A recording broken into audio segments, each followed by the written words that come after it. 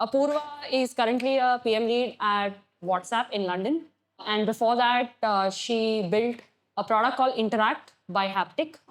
Interact, she was the first PM. One thing that has stood out in her journey is her obsession. She has worked on WhatsApp and WhatsApp related things for longer than most people at WhatsApp probably have.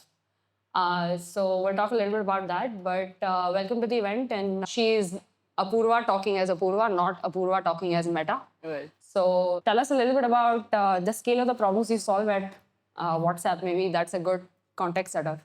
That's like a very, very big question. You can just say 3 billion. Yeah. So we support 3 billion people privately every day. That's a lot of responsibility. And privately means so much differently. People want to do so much on WhatsApp. They want to speak to their loved ones, they want to speak to their community, they want to speak to their businesses, but with the expectation that all of this stays simple, all of this stays private, and this across like 3 billion people is a very, very massive promise that we need to work towards, like keeping every day. 3 billion different people, different life stories, different aspirations, different expectations from WhatsApp, but then eventually all of that needs to boil down into a few pixels on your phone that all of you choose to use every day. And it's on all of us at WhatsApp to make sure it lives up to your expectation of being simple, reliable, and private. I think if you think about 3 billion people, there weren't 3 billion people on the face of Earth when Meta acquired WhatsApp. That's a point to think about. Yeah, I think just to put in perspective, right? Like there weren't enough people in the world like a few years back as many are using WhatsApp every day today, and that is just massive. It's very difficult to think about WhatsApp in terms of numbers or cohorts. We need a very, very different model to be able to mental model to be able to understand what people want to do from it, and it's amazing, but it's extremely tricky. I'm hoping I can share a little bit about what I've learned looking at all of this, which you might find useful. The reason I like to do this with Mona is like she has this way of bringing out the best questions and insights out of people. Like sometimes you can go years and years building these insights inside you until something prompts to like get those out of you. And I have enjoyed that a lot with Mona. She has this way of prompting people, asking the right question that forces you to answer them. And that's why I'm very excited for these next 45 minutes today. And whatever time I get to spend with all of you. She just like literally put me on the spot that I have to get everything out of her. But let's start. Maybe my first question is, so you were the first PM at Interact, which is building a 0 to 1 problem. And now you spend your in the last few months you spent your time building the group video calling feature at WhatsApp, right? What has changed? Like when you build at scale, what changes for you as a product manager? Yeah, I've experienced scale in like different phases. So I was an early product manager at Haptic. I was actually first PM at Haptic. I don't know how many of you know Haptic. Looking at the nods, probably many of you do. So I was the first product person at Haptic. When I joined, I really did not know what products stand for. I had applied for an ops role. The founder was like, it looks like you'll be a good fit for product. This is 10 years back. And that's where I was the first product person. I went on to lead product at Haptic through multiple phases. And when GA acquired, I realized that an enterprise business was not something I was keen. And that's when I moved on to figuring out the next 0 to 1 opportunity at Haptic, and I started Interact. Interact was a very 0 to 1 opportunity story, which is figuring out what's the market space, what's the right idea. It actually took us over 10 months to narrow down what the idea should be. And in the beginning, there was a list of like 15 different random ideas, including like an interactive mirror that you could use voice commands to test out your outfits or makeup on it. To like, I didn't know that. yeah. So and then or like building Dropbox on top of WhatsApp. Like there was like a whole graveyard of products that we tested before we built Interact. So that was a different kind of scale that happened there. Like how do you go from like random ideas to something that can actually be a business? So random ideas, things you might be passionate about don't always mean great businesses. But then with Interact, we kind of learned that like how to filter the right business out. WhatsApp is a different ballgame. Like when I entered, it was already catering to 2 billion people. That's a lot of zeros, a lot of people. Nothing, I've not come across like close to anything of that scale. But WhatsApp business was still nascent. And by nascent, it was still couple of $100 million business. It's $1 billion plus business now. But when I joined WhatsApp, the business side of it was still fairly nascent. And that's where I joined WhatsApp. And since then, like I think just joining WhatsApp business and not WhatsApp early on kind of gave that confidence of that, hey, I understand this market a little bit and I'll be operating at a different scale versus like just going into something that was completely greenfield. And that's generally been my blueprint as I approach scale, which is like there are different axes at which changes when you scale. I try to keep a few common and only change one axis at a time. So I was very familiar with like what people want to do with WhatsApp business. What are the key markets for WhatsApp business are still India and Mexico. Sorry, India and Brazil. I was very familiar with the India market. It was still early, so I stuck to these like the space that I knew. But now instead of like doing it at Haptic or Interact, I was doing it at WhatsApp, which was definitely like much larger scale. And as I found like my feet in this space, that now I understood how WhatsApp wants to solve some of those problems, I kept expanding my circle to add more variables to it and add like just understanding of like I think scale can be like a very conflated word. So like it's just like what element are you looking to expand on? So that's how I kind of like approach that. What changed for you when you got to WhatsApp? Like how was the process of product building and what changed? Yeah, I think a lot of things that changed because if you think about like everything that I was working on earlier, I knew every customer. I was like every business we were speaking to, we were building Haptic for. I knew everybody I was building Interact for. Like I could call them; they were all on my WhatsApp. I was speaking to them day to day. I was one of them. Yeah. So I would know when you want to run your test series and what do you want, right? Yes. Like, and when you have a bug in your app, I would know because like that's just how closely I understood my users when I was at Haptic and Interact. It's just not possible at WhatsApp. Like 2 billion people, 3 billion people, or like let's say 100K businesses. 200 billion small businesses is a very, very different, like it's just not possible to kind of like know each of them on that personal level. And that can be a little unsettling because that's how I'd build products. Like I knew what your problem is, I would find a pattern to it, and then I would go and solve it. But now that just superpower just goes away. There's no way to know these people. There's just so many of them. So that fundamentally changed.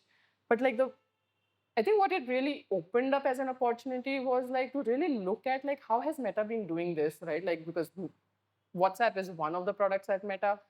There's Facebook, there's Instagram, and within each of these, there are like Instagram for kids, like there's like business products that we have workplace, we're building Oculus, like there's just so many products that are already at like these scales. So it does look like Meta has a playbook to do all of this, which I was super keen to like understand, like what has been working for Meta. If there are a bunch of people who are sitting in the US and the UK, and they build WhatsApp, and they continue to build WhatsApp for countries like India and Brazil, they've definitely figured out how to understand these markets. And that was essentially the blueprint that I was looking to understand. And there, I think like broadly two aspects to it. So you shift your model from being reliant on data to be like data informed. And then you also layer in the aspect of user research and there are like wide variety of things you kind of do for that. You might like immerse yourself in a market for a couple of weeks, couple of months. You rely on a bunch of user researchers to send insights to you. But I think like fundamentally, like these are tactics that Meta kind of does. But as a PM, the switch that needs to happen is that you can't do it all yourself. You have to build this network of people who are expert at all of these like vertical things and figure out a way of like ingesting insights from there. This for me was extremely different and unsettling because it seems like the control is going out, like I was so like I did this call, that's why I know for sure that this is what the user wants, right? Like versus now there's this user researcher who's like, I interviewed 150 people and these are the 10 insights. I'm like, but did you ask this follow-up question? But did you ask this follow-up question, right? Like, how do you build confidence in each of these people who will drive you insights that that you will be able to translate that into the product? And I think that was like the biggest mental shift. In the first 3 months, it felt like, as a PM, am I doing enough? Because like I'm not speaking to users on a day-to-day basis. The user researcher is. I'm not looking at data on a day-to-day basis. The data scientist is like I'm not marketing these products. The product marketing person is doing it. It just felt like, am I missing something? What has gone wrong? Am I being like, but then you start seeing why this needs to be like this, because like just the scale is very different. The insights needs to be like collected at a different level. It needs that vertical expertise to run those research like that. And when you build that muscle to know how to direct each of these people to bring the right insights to you, you're able to scale building products at that level. I imagine WhatsApp to be very complex as an organization. I think one of the growing pains for every single person, and by growing, I mean it's all relative, but if you start as the first PM in the org, the minute there are 3 PMs, life gets complex. When you start at a company, when there's 100,000 users, but then suddenly it becomes 2 million, it gets complex. I'm pretty sure, this is complexity you felt at multiple times in your journey. It feels very unsettling. If I ask a lot of PMs and I talk to them, they all talk about, अभी बहुत process है, बहुत meeting है, कुछ होता नहीं है. So everyone's pet peeve is just this, कि meeting में time जाता है और कुछ बनता नहीं है. So how did you deal with it? Yeah. Like it is real. Like the meeting overload for PMs is very real. If there's anybody in the room who doesn't feel that, I think now would be a time to exchange seats because you figured something that a lot of us haven't. And then add to like at companies like Meta, a lot of team is like cross time zone. So London has like a lot of my team is based in London, but we have over 50% overlap with teams based in Menlo Park. And Menlo Park and London have a time difference of 8.5 hours, which basically is the entire work day, right? So either somebody needs to wake up very early in the US to speak to somebody in London, or somebody in London needs to stay back after office hours to like kind of like speak to somebody in London. Which net kind of means is like we can't be super reliant on just speaking to people. Like the way Meta is structured, like it just, if we were to start relying just on meetings, we would just be working extremely long hours. That's just not conducive to work-life balance. And that's a forcing function to figure out like what meeting is useful, what meeting is not useful, and what's a good way to run meetings. And I think like Meta does like a reasonably good job at it, which is like setting at least a cultural expectation that meetings are not work. Work happens outside of meeting. Meetings have a certain cost to it. If everybody's spending like 30 minutes in it, multiply that with what everybody could do, and then like the context switching cost of meetings is definitely extremely high. You were doing something, you left that to come to this meeting. 10 minutes before that, you probably don't feel like doing anything. 15 minutes after that meeting, you probably don't feel like anything. So net, like meetings aren't work. So I think like when you think about it that way, that when showing up for a meeting is not doing work, you start thinking about meetings slightly differently. And then you are very conscious about like what needs to be a meeting, what needs to convert to a process. And in the beginning, it feels like I can just go to 4 people and talk to them, share this update, and that seems easier versus like I need to make a post, I need to write a doc. But then the cost keeps adding up. So I'm actually one of those people.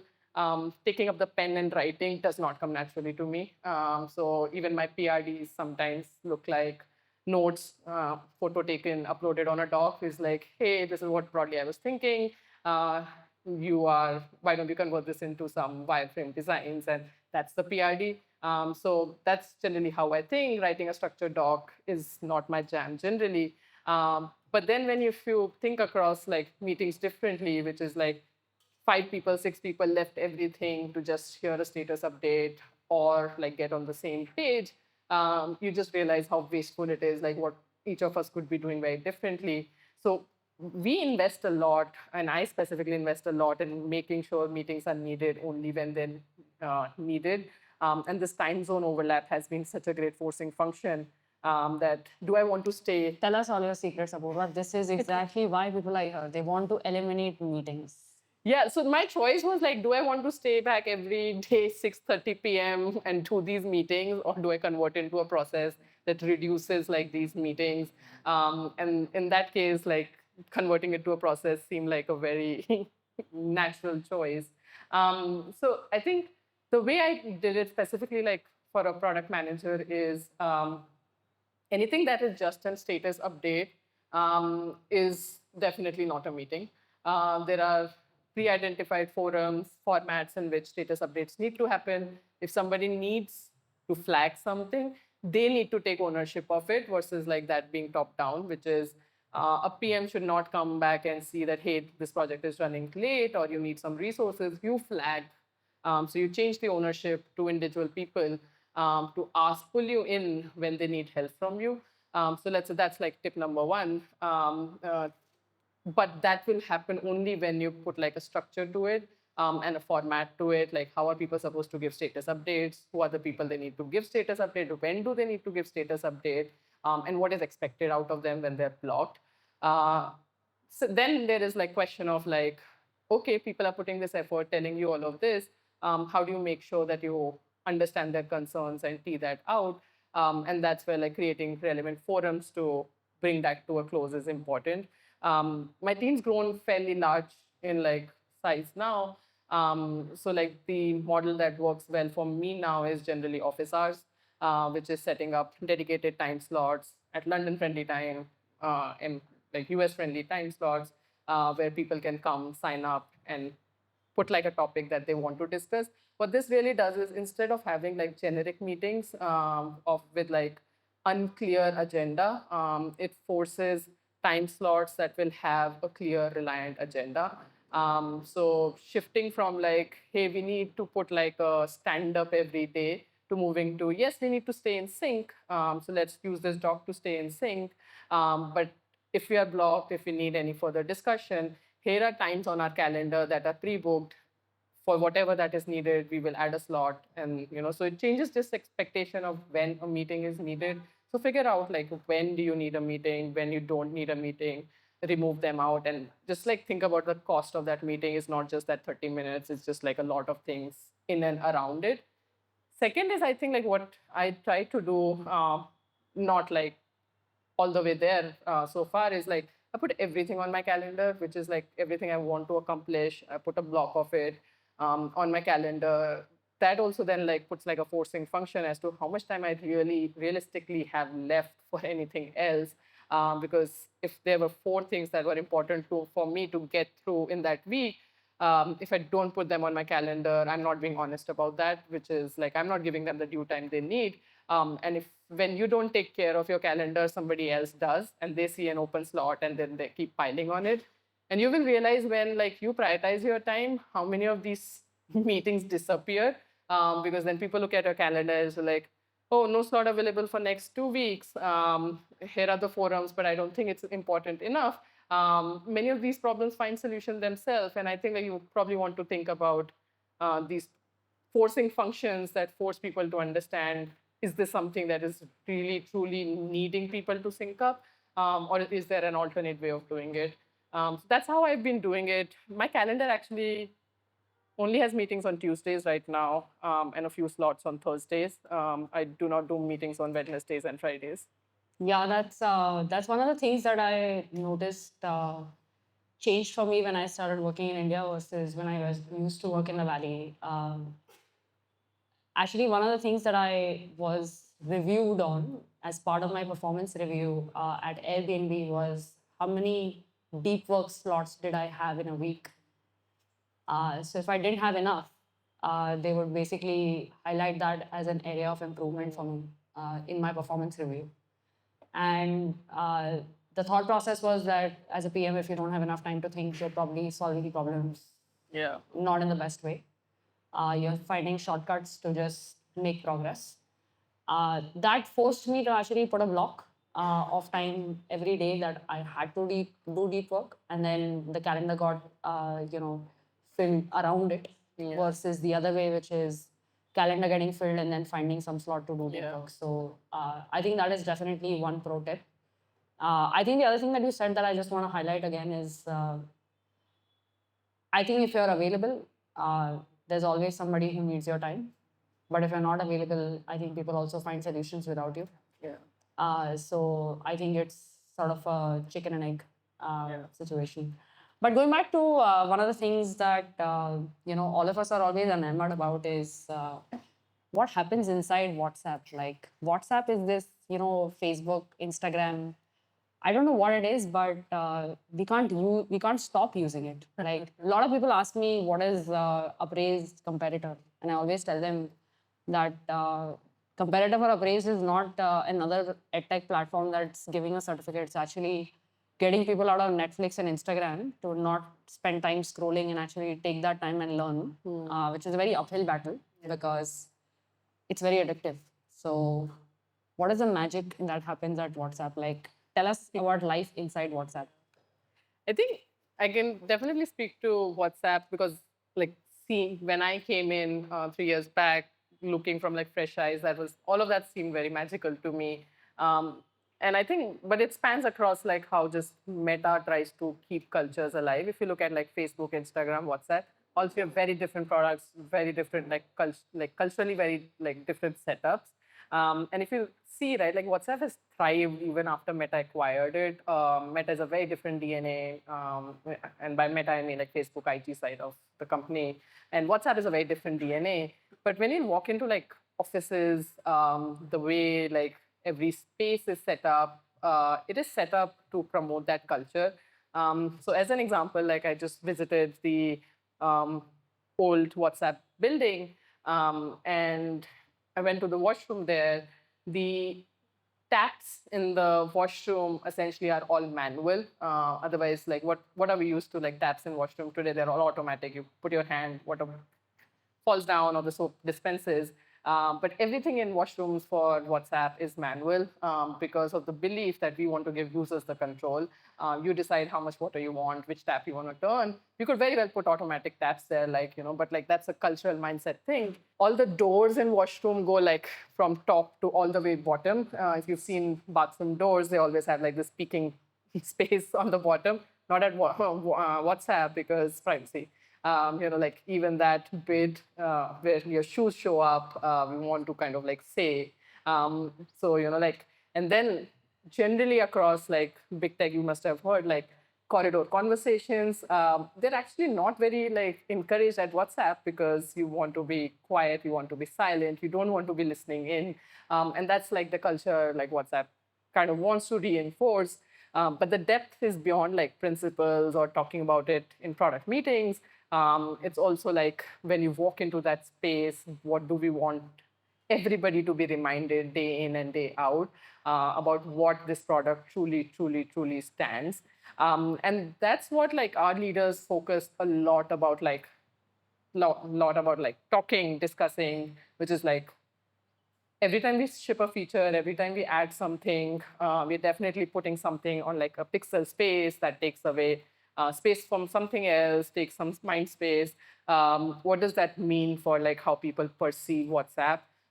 What does it mean towards, not in terms of like data that, hey, this is going to take 8% pixel space, 9% pixel space.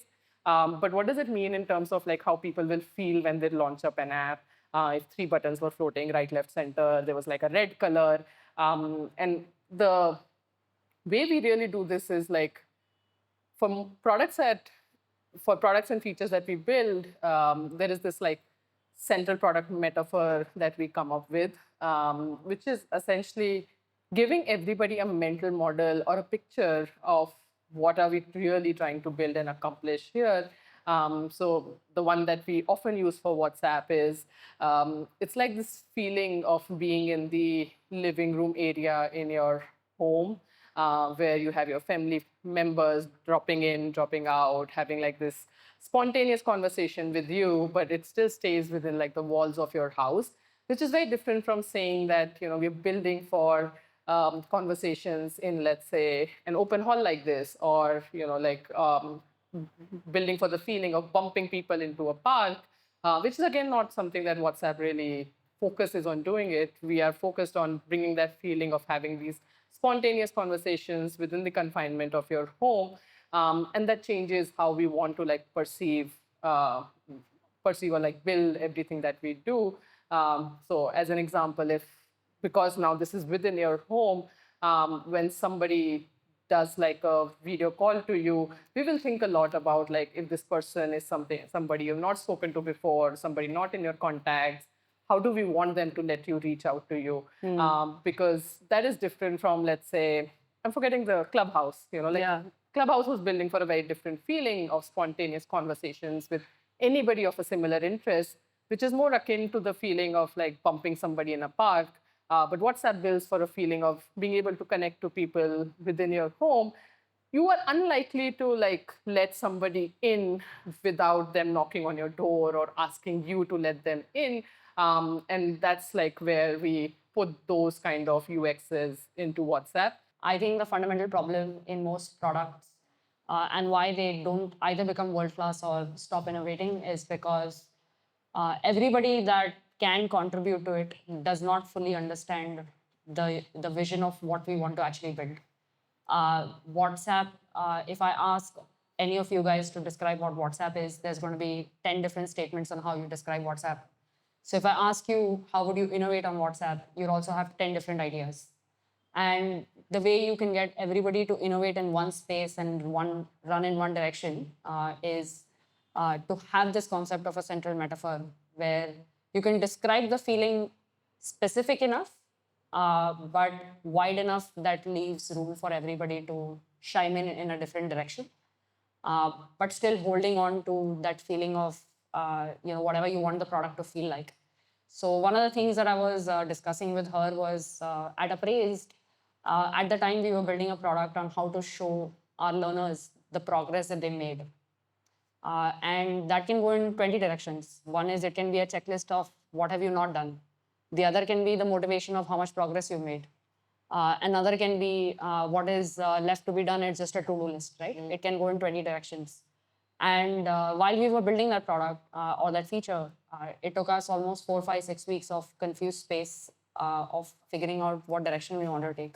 And everybody had a different point of view because, again, like I said, if you don't have this metaphor that holds everybody along, what do you want the user to feel from that product? I think is a very powerful way to align a company or a product that can really innovate fast, get everybody's input, but get input in a way that takes the product forward rather than conflicting ideas where you're just spending too much time debating why mine is better than yours, and have little bit of feature in every direction, but not enough in any direction to actually make a difference.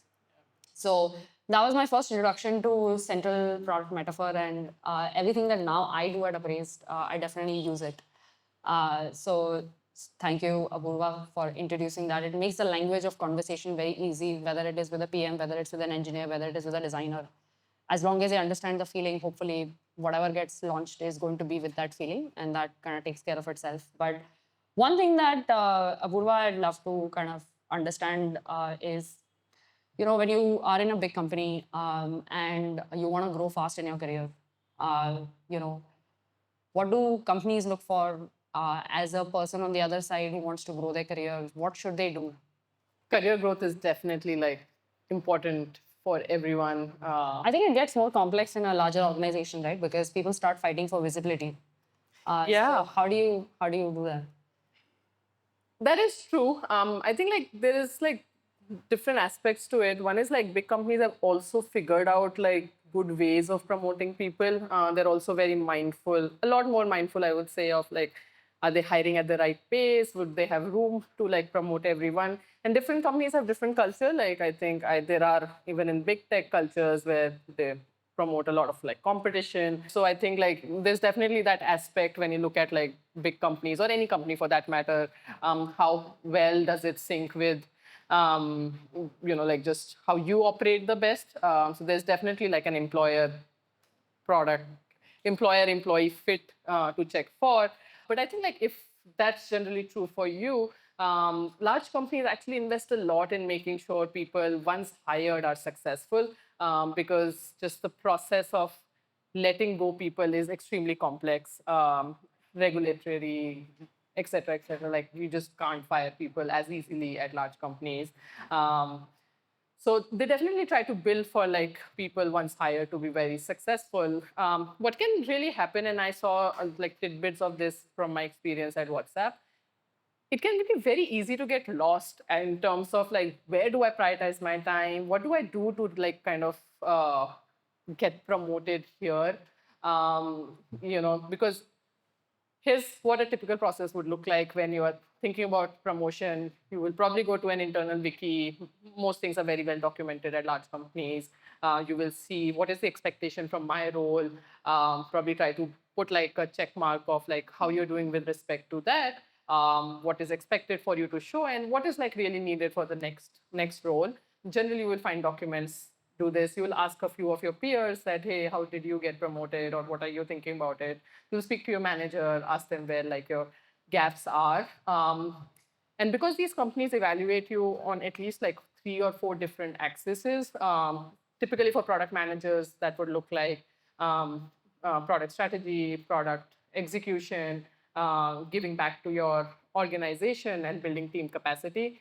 Because again, like these companies are looking to scale, so there's a lot of like emphasis on are you helping your team scale so that the company in general can scale. So like that's typically like what you would kind of like look at to understand.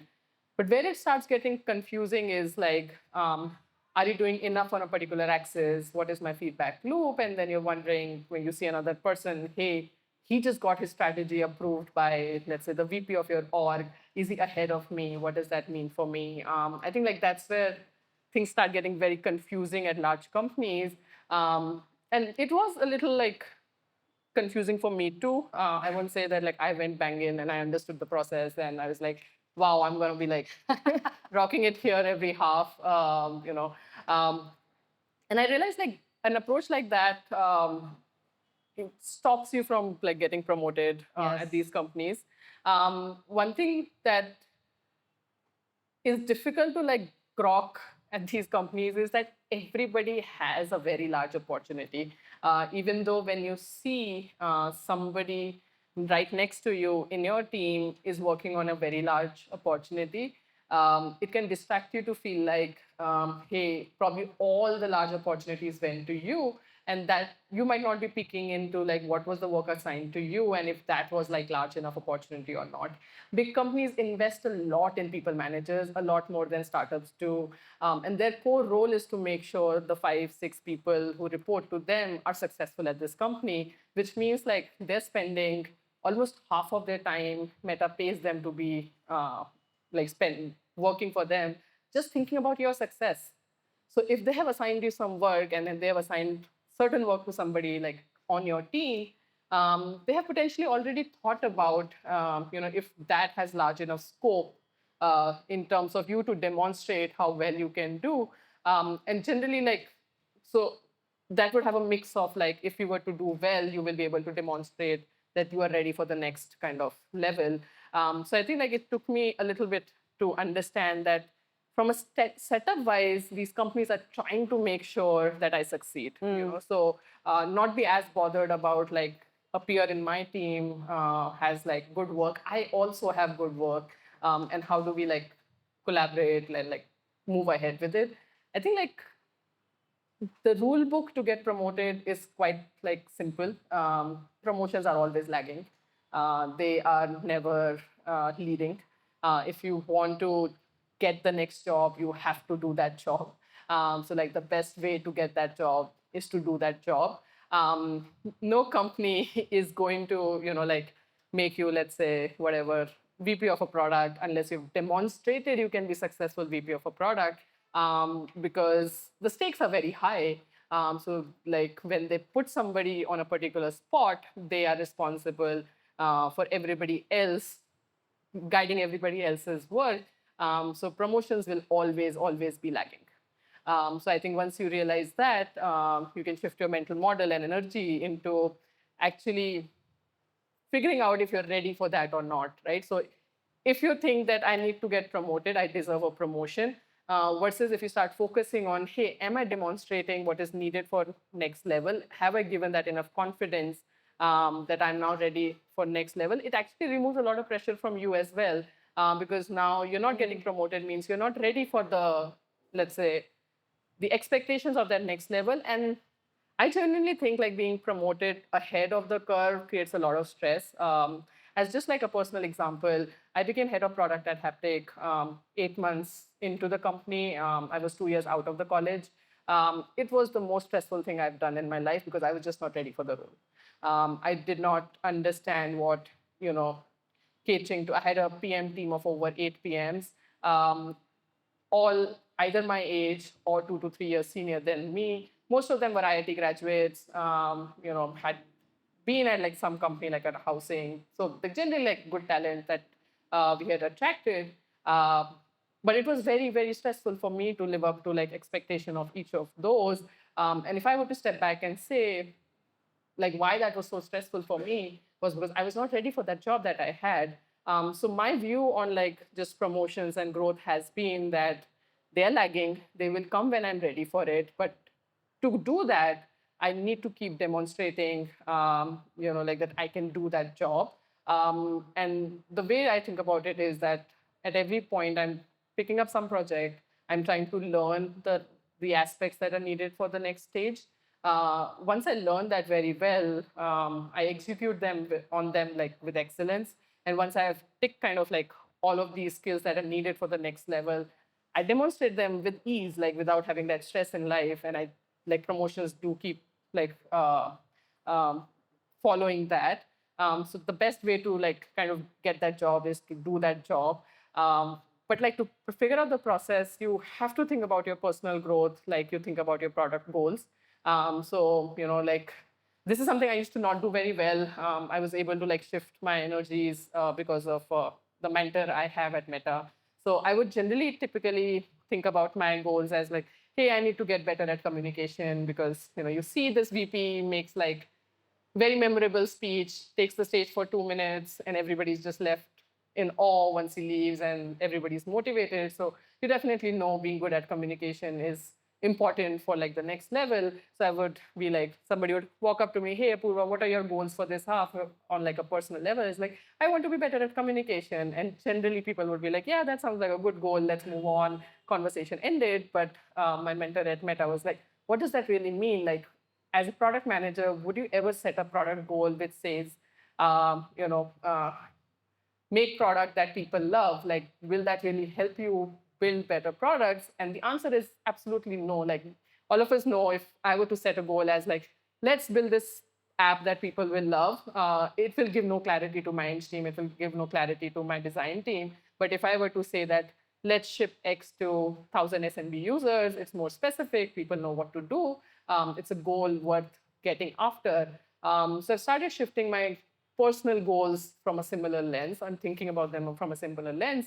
So when I now think about like, hey, I want to be better at communication, the goal I agree with, let's say my manager would be something like, hey, I'm going to write 3 succinct posts every quarter that help my executive team understand the area I'm working on, that drives like the insight for them. I want to do uh, one speaking event for my cross-functional team to drive clarity on X topic. My general strength at WhatsApp has been just the depth of knowledge from the India market.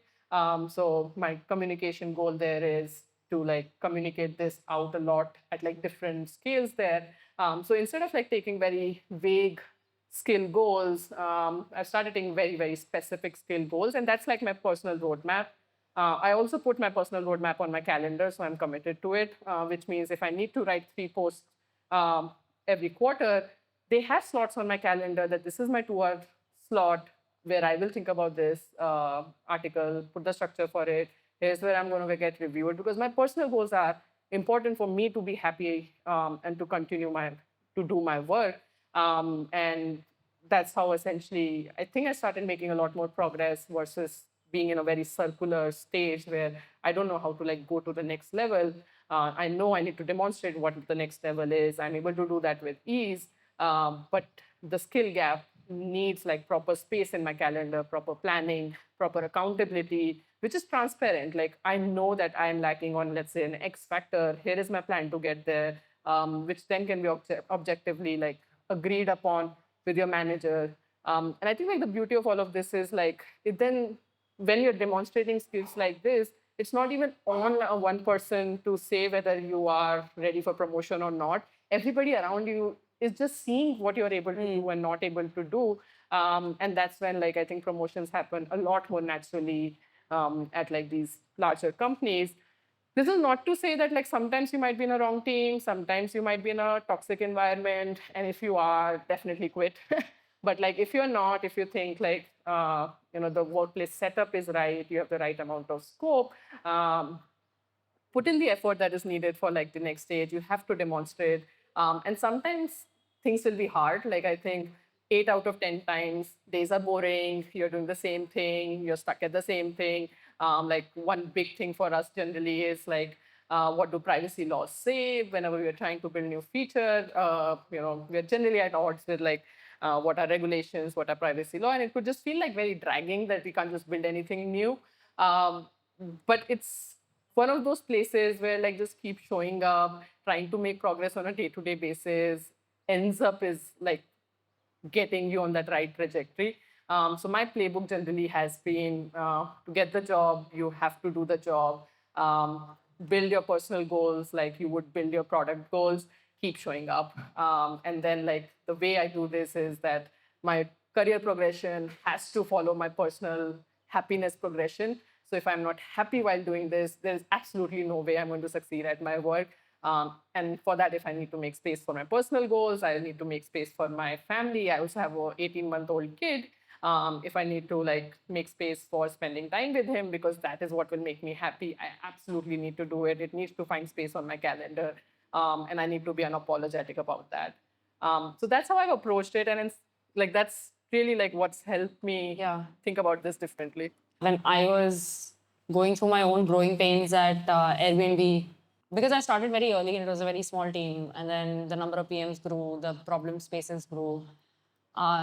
And I don't know, maybe I'll just say it honestly of how I felt, but growing up in India, there's always this inherent competitive nature. You somehow feel like everything is a zero-sum game, and if you lose, if somebody else wins, by default you lose. So there had to be this shift in my mind, which made me realize that there's actually a little bit for everyone. And instead of focusing on what somebody else is able to achieve, if I focus on what I am not able to achieve, I might be better off.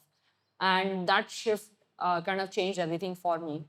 It was a difficult point for coming to terms with it. And it took a while to actually even realize that this was happening to me. But I realized that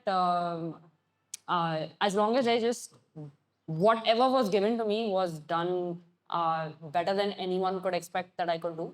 And like you said, if you do things more when you're not asked to do, you're actually in less stress to do it, and you often end up doing better versus it's already a goal and somebody is judging you on that goal. So this idea of over-promising and under-delivering really kind of internalized for me in that moment in the journey of Airbnb. And the one thing that, recently I read that Ami, your mentor at Facebook, wrote about, which kind of simplified the framework in my mind on how people get promoted at larger companies. When I reflect back on my journey at Airbnb, the three axes of higher complexity problems with higher autonomy. So you can do it more independently, and ultimately higher throughput, which is you just get more problems solved. So you solve more complex problems, you solve them more independently with less assistance, and you solve many of them. Ultimately, is what a company and any product vision, whatever, right?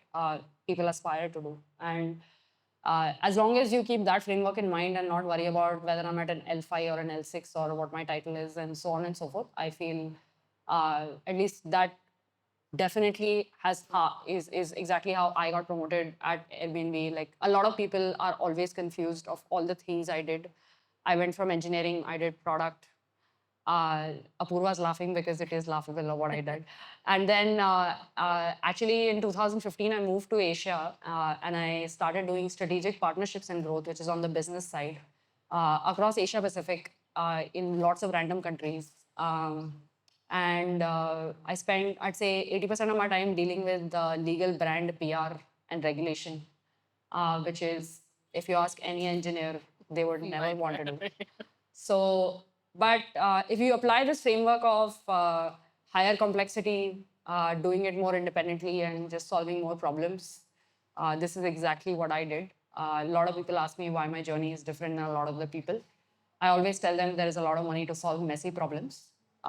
If you are willing to take them, you should be willing to go through the pain, but the gold pot at the end of it is definitely bigger than straightforward problems. So I definitely feel that you've solved a lot of messy problems, especially since you focus on India and Brazil. I imagine it's a convoluted net of regulation, users, plus people sitting in the valley who don't fully appreciate the Indian problems, which I had a very hard time making them understand. Like at Airbnb, you won't believe it's really funny if I say it out loud, but I spent 3 months standardizing how to define toilets on an Airbnb listing, because when people say personal bathrooms in Jaisalmer, it means that people have a bathroom inside their house and it's not a community bathroom.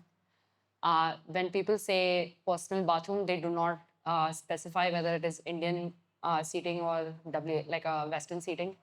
But everybody that uses Airbnb in Jaisalmer is probably an foreigner who then shows up, opens the door, and realizes that they don't know how to use the bathroom actually. So it seems like a very simple problem to solve, but it took 3 months because out of the 3 months, it took 2.5 months to only convince San Francisco that this problem actually exists, because they just could not. They were like, I don't understand. What are you saying? So we just need to change the label. Like we just say Indian seating bathroom. I said, no, that's not what everything in Jaisalmer is. So it's subjective. So just not being able to understand. They are very confused why different homes have different styles of bathrooms, because everywhere in the world the bathroom is the same. Yeah. So yeah, but like I said, there is a lot of value and there is a lot of growth in solving messy problems. So yeah. Yeah. I have I have many questions actually. I can keep going, but I'll ask you one last question, which is, um, if if I imagine there are a lot of people here who have the ambition but are working at products which are more India focused. If they had to build a global product, what thought process change should they make? How should they approach it? Yeah. You've actually done that, right? Because Interact was a very India product. Yeah. And now you're building a global product. What is the mind shift in your? Yeah, I think like there are two different potential paths for like if you're an India product and now you're looking to like expand versus like let's say what I did was I went to a product that already had like a very global presence and like scale to it. I'm sure like there are very like different playbooks to it. I think like for the first one, which is you have a product that is working very well here, you want to like take it to a different geography. I think you need to find like shortcuts of like why it worked for you here and how that translates to a geography in a manner that you can still do like fast expansion. Because I think the way to think about this is like if you build a playbook to take your India product to 140, 180 countries, and take care of all nuances each country has, it's not happening in your lifetime. You know, like if you have to cater to all languages those countries support, all laws they support.